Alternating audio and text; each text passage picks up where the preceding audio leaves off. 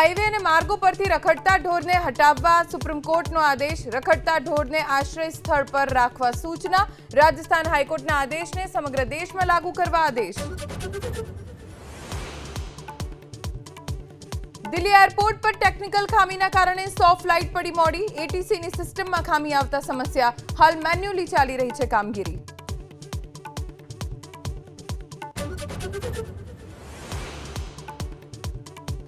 બે મહિના બાદ પણ વાવ થરાદના કેટલાક વિસ્તારો જળમગ્ન. ભાટવડથી ડેડાવા તરફ જવાનો માર્ગ હજુ પણ પાણીમાં ગરકાવ. વિદ્યાર્થીઓ પણ ઘૂંટણસમાં પાણીમાંથી જવા બન્યા મજબૂર.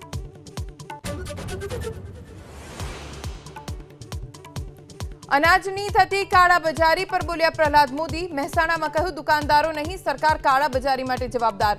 ગ્રાહકો અનાજ લઈ વેચી મારે છે ફેરિયાઓને.